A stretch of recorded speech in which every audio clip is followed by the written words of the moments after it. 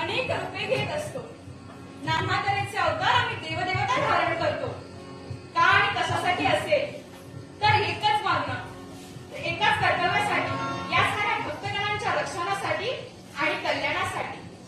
रज, तम आणि सत्व, ओंकारापासून ध्वनीची निर्मिती, ध्वनीपासून मायेची निर्मिती आणि मायेपासून रज, तम आणि सत्व या तीन गुणांची निर्मिती. रज, तम आणि सत्व हे दुसरे तिसरे कोणीही नसून अर्थातच ब्रह्मा, विष्णू आणि महेश.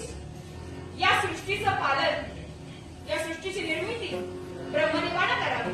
पालनाचं कर्तव्य शंभू नारायणानं करावं आणि हननाचं कर्तव्य शंभू शंकरानं करावं. ही विश्वाची सुरळीत घडी आजवर ब्रह्मा, विष्णू आणि महेश चालवित आहेत. आणि याच घडीवर निरीक्षण करण्यासाठी व आशीर्वाद देण्यासाठी आम्ही साऱ्या देवदेवता तत्पर होतोय. रूपे अनेक, आत्मा एक, हेच आम्हा देवतांचं वैशिष्ट्य. आज या विश्वाच्या ठिकाणी ही माता